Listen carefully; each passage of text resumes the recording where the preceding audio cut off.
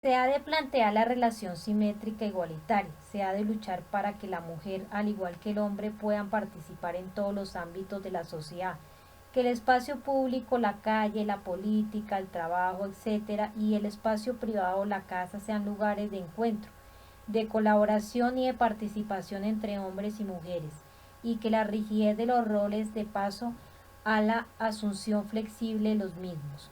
La vida en pareja ha de constituirse en función de la reciprocidad y del intercambio, de tal manera que cada uno de los integrantes trate de darse y entregarse al compañero, sin dejar de ser en esa interacción el que es.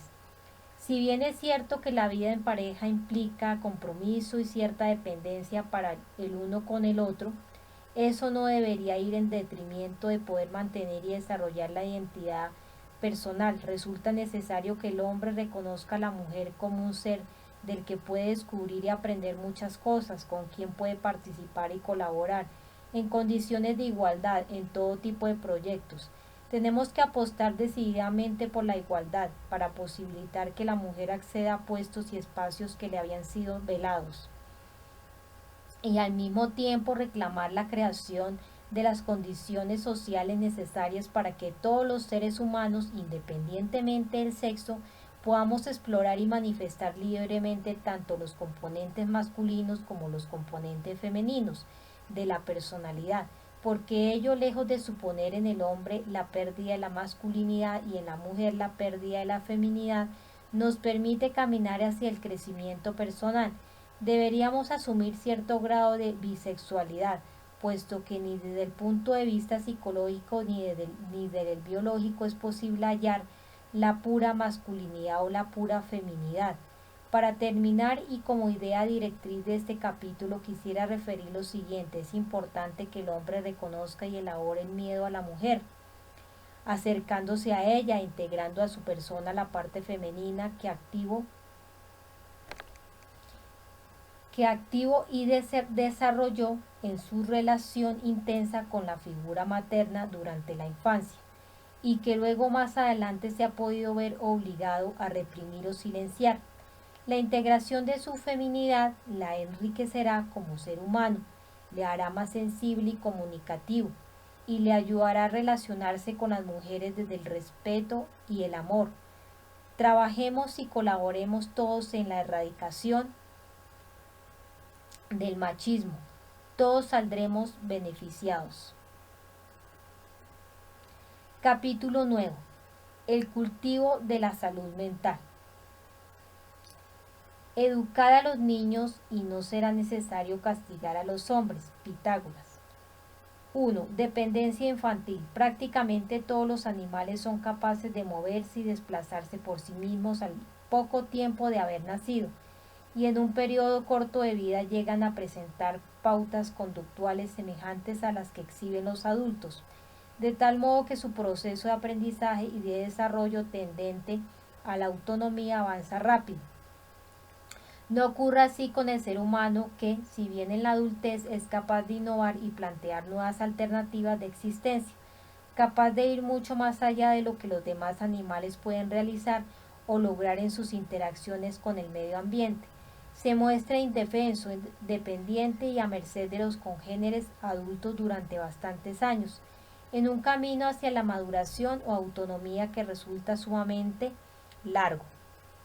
La vida del niño y sus posibilidades de desarrollo psicológico va ligado a la actuación de los adultos. Si los adultos le ayudan en todos y cuantos procesos sobrepasan sus capacidades de asimilación o elaboración, funcionando como un yo auxiliar, paulatinamente podría ir asumiendo y haciendo suyas las funciones de intercambio y regulación con el entorno. El niño necesita que le ayuden y que le concedan mucho tiempo para llegar a ser autónomo, y no pensemos que por tratar de enseñarle o instruirle desde muy temprano en algo lo vaya a aprender antes y mejor. En algunas cuestiones pudiera suceder que sí, en otras no. Dependerá de lo que en determinado nivel de desarrollo psicológico sea capaz de asimilar. Cuando los padres o educadores obligan al niño a un prematuro desempeño de cierta destreza, el aprendizaje se torna inconsciente, inseguro, fallido, acompañado además de una conflictividad, ansiedad o tensión palmariamente perniciosa.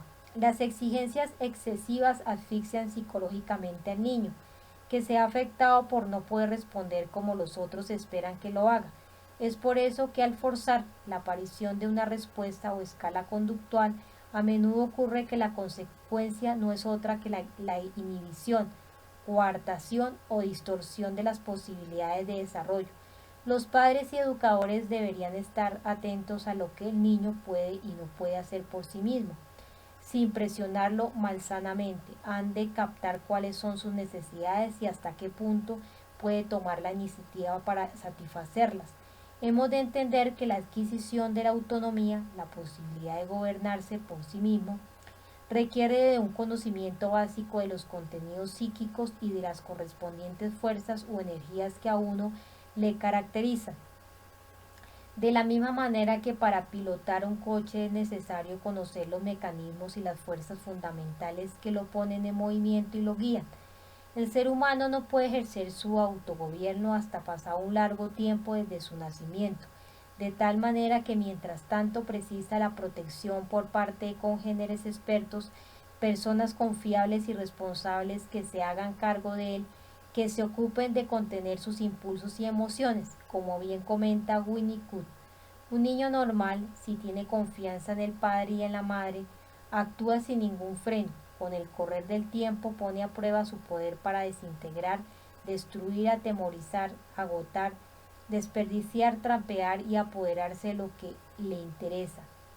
Si el hogar es capaz de soportar todo lo que el niño hace por desbaratarlo, éste puede ponerse a jugar, no sin haber hecho antes toda suerte de verificaciones, sobre todo si tiene alguna duda en cuanto a la estabilidad de la relación entre los padres y el hogar, entendiendo por hogar mucho más que la casa. Al principio el niño necesita tener conciencia de un marco para sentirse libre y para poder jugar, hacer sus propios dibujos, ser un niño irresponsable. El niño necesita sentirse libre de la responsabilidad de tener que gobernarse a sí mismo, delegando en los padres esa tarea, asignando su responsabilidad a quienes son responsables de él. Cuando golpea y trata de desbaratar el marco familiar, lo que viene a hacer es ponerlo a prueba, observando si aquellos que le cuidan son lo suficientemente fuertes para frenar y contener el impacto de sus impulsos. Si asumen la tarea, el niño se tranquiliza al verificar que él es una persona gobernable, comprobando que es gobernado como no puede gobernarse, podrá ir conociendo las claves que le ayuden a ejercer su autogobierno. Gracias al control externo logrará el control interno. Para ello, para poder llegar a ser responsable de sus actos, necesita pasar por una fase en la que se le permita ser irresponsable. El niño pequeño no ha aprendido todavía a tolerar y manejar los instintos. Puede llegar a manejar estas cosas y muchas más. Si lo que lo rodea es estable y personal, al comienzo necesita indispensablemente vivir en un círculo de amor y fortaleza, con la consiguiente tolerancia para que no experimente demasiado temor frente a sus propios sentimientos y sus fantasías y pueda progresar en su desarrollo emocional. 2. Sostenimiento de aplicación racional de límites. El niño debe aprender a dominar sus instintos. La cuestión radica en el cómo, en qué hacemos para que alcance dicha meta y si es por su salud o a pesar de su salud. No olvidemos que hay niños que, habiendo carecido de la oportunidad para poder expresarse libremente, muestran un control excesivo e insano sobre sus impulsos y que, temerosos de sí mismos, renuncian a prácticamente toda expresión de sentimientos y emociones. Estos niños viven coartados, inhibidos, reprimidos y suelen presentarse como los que no son un falso self, con tal de ganarse la aprobación personal, con tal de conseguir de sus padres o cuidadores un afecto que está condicionado o determinados cumplimientos. No podemos negar que el cómo se enseña es tan importante como lo que se enseña, que la influencia ejercida por el adulto sobre el niño durante el proceso educativo es trascendental. El niño necesita que alguien le enseñe, desde la comprensión y el afecto, a regular y a atemperar sus impulsos, alguien que de forma racional ponga límites a sus acciones y pretensiones mientras él no sea capaz de hacerlo. unos límites que suponen una obturación a su narcisismo, que le informan de la existencia de la realidad y de los otros, a quienes, ha de aprender a respetar. Claro está que este aprendizaje no se produce de la noche a la mañana, ni sin dificultades, pues no es fácil renunciar a la fantasía omnipotente de tener el mundo a los pies. El niño puede incurrir reiteradamente con ciertas faltas, puede presentar conductas inconvenientes, peligrosas o atentatorias para otros y o para sí mismos, ya sea por inconsciencia o ya sea por encontrarse afectado anímicamente. Y en esos casos es preciso que el adulto intervenga, tratando de ayudarle en lo que él no sabe o no puede hacer por sí solo. Así, por ejemplo, cuando un niño ha golpeado a un compañero sin ninguna justificación defensiva, su instructor debería llamarle la atención, tratar de entender por qué se ha comportado de tal manera y explorar con él fórmulas de comunicación no violentas. Los adultos deben ayudar al niño a entender que la libertad de uno termina donde comienza la libertad de otro, que el otro es alguien con derecho y contrariarnos y contradecirnos, alguien con quien los conflictos son inevitables, con el que hay que aprender a convivir, alguien que tiene una existencia diferenciada y propia y que por eso mismo es otro y no yo. A decir verdad, estas lecciones acerca de la vida y de la existencia más allá de uno mismo se van aprendiendo desde la más temprana infancia, cuando el bebé empieza a darse cuenta de que la figura materna no puede complacerlo en todo ni en todo momento, teniendo que enfrentarse con la espera, con la inquietud, incluso con el dolor. Además, durante las etapas y vivencias cruciales del desarrollo psicológico, destete, adiestramiento en el control de esfínteres, rivalidad con los hermanos, fantasías incestuosas y parricidas, angustia de castración, separación e individuación, el niño se ve inmerso en diversas situaciones conflictivas. Por eso, aunque quisiéramos, resulta imposible aislar al niño de todo sufrimiento en una especie de burbuja protectora. Siempre hay dificultades, siempre hay desajustes entre nuestros requerimientos y la capacidad y disponibilidad del otro para satisfacernos.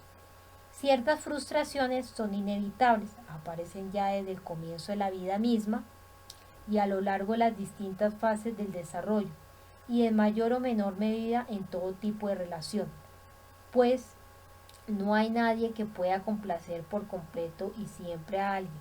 La persona perfecta solamente existe en la imaginación, no es más que una creación de nuestra mente. Asimismo, la imagen de la infancia como un periodo idílico y de plena felicidad es una fantasía gestada por la mente adulta en su ánimo por olvidar o ignorar las dificultades del pasado. Para que el niño progrese saludablemente en su desarrollo emocional es necesario que se enfrente a ciertas frustraciones, pero es sabido también que las frustraciones muy intensas pueden provocarle daño psicológico. Los adultos tienen que ayudar al niño a procesar las frustraciones que le resultan inabordables y, por otra parte, deben de dejar que él afronte aquellas situaciones para las que ya está preparado cuando está muy cerca de poder manejarlas.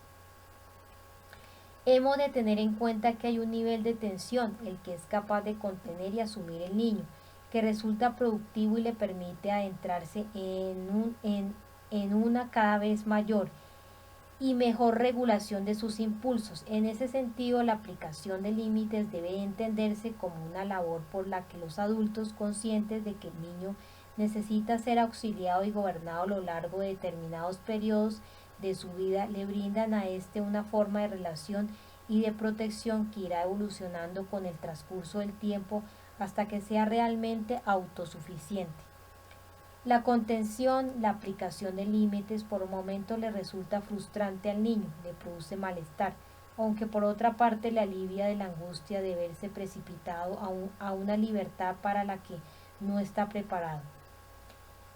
El buen ejercicio de la autoridad es reconocido por el niño que advierte el esfuerzo realizado por los adultos para enseñarle desde el respeto y el amor a controlarse y a cuidarse. Gracias a un control externo que poco a poco, progresivamente, podrá ir haciendo suyo, el niño irá ganando conocimiento y capacidad de regulación sobre sí mismo. Es evidente que la dejación de la autoridad por parte de los adultos sobre el niño, la falta de límites, tiene como consecuencia en el niño su incapacidad para gobernarse.